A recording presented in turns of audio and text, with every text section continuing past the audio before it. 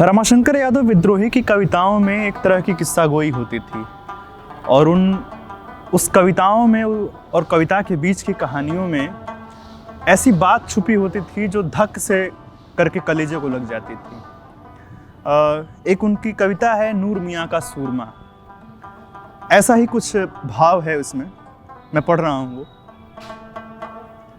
आज तो चाहे कोई विक्टोरिया छाप काजल लगाए या चाहे साध्वी रितंभरा छाप अंजन, लेकिन असली घी का सुरमा तो नूर मियाँ ही बनाते थे। कम से कम मेरी दादी का मानना तो यही था।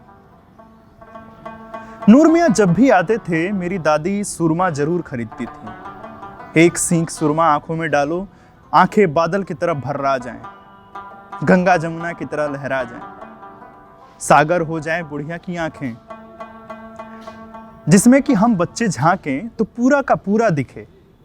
बड़ी दुआ देती थी मेरी दादी नूर मियाँ और उनके सुरमे को। कहती थी, नूर मियाँ के सुरमे की वजह से ही तो बुढ़ापे में बिटिहनी बनी घूम रही हूँ। मेरा जी करे कि कहूँ, ओरे बुढ़िया तू तो है सुकन्या और तेरा नूर मियाँ है च्यवन ऋषि। नूर मियाँ का सुरमा तेरी आंखों का च्यवनप्राश है।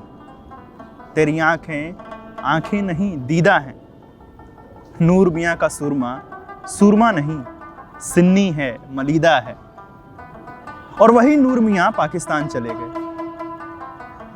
क्यों चले गए पाकिस्तान नूर मियाँ? कहते हैं नूर मियाँ के कोई था नहीं।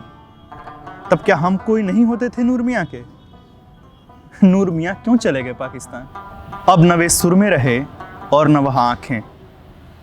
मेरी दादी जिस घाट से आई थी उसी घाट गई।